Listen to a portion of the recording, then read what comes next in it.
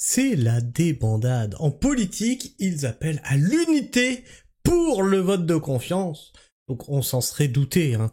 Gérard Larcher est pour la confiance avec Bayrou. Bah bien sûr, quand on achète des fauteuils à 40 000 euros, quand on fait rénover son bureau pour 40 000 euros, on se trouve des points communs, tu vois. Et donc, Bayrou, j'allais dire, non, ils se ressemblent maintenant au niveau du ventre.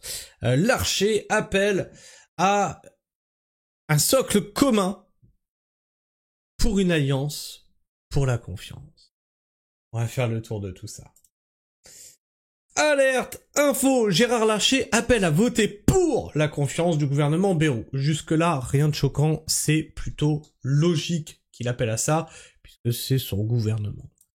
Il a ajouté qu'il faut faire socle commun sans le PS, donc une alliance Renaissance, Modem, Horizon, LR, la trahison.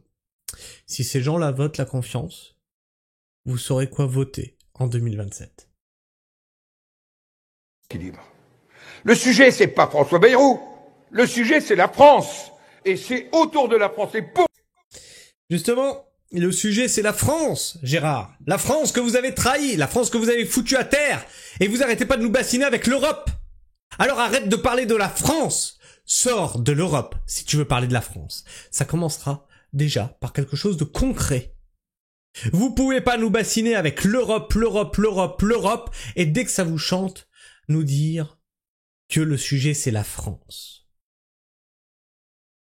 De l'autre côté, vous nous dites, nous sommes en démocratie, mais vous nous parlez que de république. République qui est de plus en plus dictatoriale.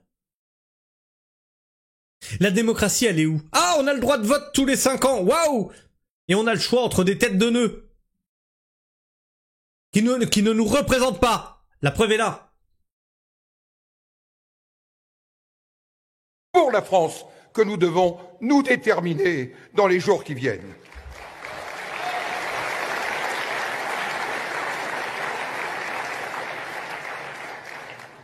Il ne s'agit pas dans ce vote d'autre chose. Bien entendu, nous avons avec ce gouvernement des différences, voire des divergences. Mais question, doit-on rompre avec ce que nous avons décidé il y a un an? Je pense que non. Mais si nous demandons... Ce que tu penses, on s'en fout. Demande voir aux Français ce qu'ils en pensent, eux. Vous arrêtez pas de vous foutre de la gueule de ce que pensent les gens. Vous arrêtez pas de leur cracher à la gueule. Vous arrêtez pas de leur demander des efforts pendant que tu te gaves à la cantine. Nous devons poursuivre. Cela ne peut se faire que sur la base d'un contrat entre les forces politiques, de ce que Michel Barnier a nommé le socle commun. Et ce sans ambiguïté, ni avec les extrêmes, ni avec le PS qui, au congrès de Blois, nous a montré qu'entre abrogation de la réforme de retraite, furie fiscale et glissade des dépenses, il ne pouvait apporter une contribution au salut de notre pays. Maintenant, imagine que la confiance passe. Qu'est-ce que tu penses qui va se passer, Monsieur Gérard Larcher? Tu penses que les gens vont applaudir? Vous êtes déconnecté du réel à ce point-là? Ça va très mal finir de se fourvoyer à ce point-là et de ne pas écouter le peuple. Vous êtes des députés, vous avez des circonscriptions. Vous êtes censés être au contact de la population. Vous la méprisez, cette population. Vous n'êtes plus que des carriéristes. Vous êtes là pour la gamelle, pour vous gaver, et peu importe ce qu'il adviendra de la fameuse France dont tu te fais l'écho. La France est composée d'un peuple que vous n'écoutez plus. Qu'est-ce qui se dit dans les commentaires? Ton monde est mort, gros porc. Moi, ça mérite d'être clair. Pourquoi j'ai 235 commentaires et que j'ai rien de plus que ces deux-là? Qu'est-ce que c'est que cette connerie?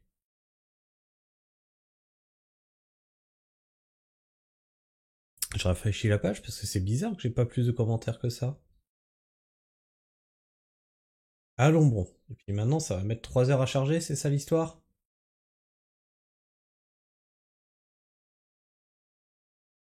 Attends, je rêve pas, c'est marqué 240 commentaires. Ah oui, il les avait pas chargés. Comment est votre blanquette au Sénat, monsieur Larcher? Quelle trahison. Les LR ont toujours été pro-capitalisme, ce qu'est Macron. Pro-européiste, ce qu'est Macron. Tout comme le RN qui a voté la loi Duplon, avec ses vermines. Les insultes me viennent à l'esprit pour ce mec qui ne sert que sa personne et le pouvoir assis sur son trône, qui aujourd'hui n'est fait que de céramique aux chiottes avant l'enfer. Afin qu'il puisse continuer à manger ses repas gargantuesques aux frais du contribuable. À part se goinfrer sur le dos des Français, à quoi sert-il? Il ne devrait même pas avoir le droit de parole, ce type. Qu'on lui enlève tous ses privilèges, déjà, après, il pourra la ramener. Oui, parce que la France, elle est en train de voter un budget qui est un budget d'austérité, hein, disons les mots. La faute à qui? La faute à ceux-là qui viennent nous faire la leçon aujourd'hui.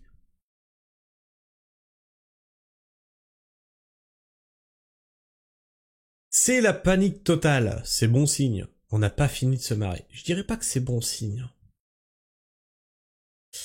Pendant que certains comptent leurs centimes, Gérard se remplit le bide.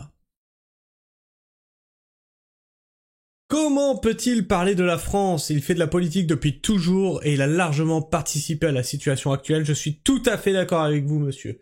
Il n'a aucune leçon de patriotisme à donner, ce spectateur profiteur des manigances politiciennes. Et ça, c'est un point qu'on avait déjà soulevé. Hein.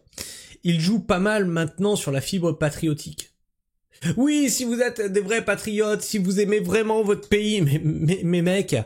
C'est toi qui l'as envoyé dans l'ornière, là où elle est. Et c'est à nous maintenant de faire vibrer le patriotisme. Mais si on avait été vraiment patriotique, comme tu le dis, on aurait ressorti les guillotines depuis longtemps. Vous avez tout fait pour que ça ne se produise pas. Tu veux laisser le peuple s'exprimer? Sors. Sortez tous, là. Venez nous parler. Je pense que ça va mal se passer. Rien d'étonnant, Gérard Larcher serait prêt à voter pour n'importe qui du moment qu'on lui promet du rab à la cantine de l'Assemblée. On va le mettre au régime sec, ce sac à bouse. Pas une voix pour l'extrême centre qui a saccagé, massacré, piétiné le pays depuis 2017. Ouais, mais là, pareil, il faudrait se poser la question pourquoi ce parti politique a été réélu 2 fois. Alors on dit jamais 203. Ah oui, Macron ne peut pas être réélu une 3e fois. On fait le pari combien qu'avec les barrages et les castors et les moutons et les pigeons, on va se retrouver avec à nouveau un gouvernement du centre en 2017. J'en peux plus. Je n'en peux plus. Qu'est-ce que tu penses de tout ça?